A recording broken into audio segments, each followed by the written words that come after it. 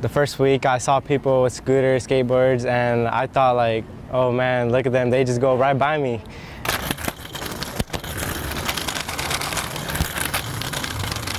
Bring it because I get to class a lot faster, right? And then I'm not sweating, rushing, walking when I get to class.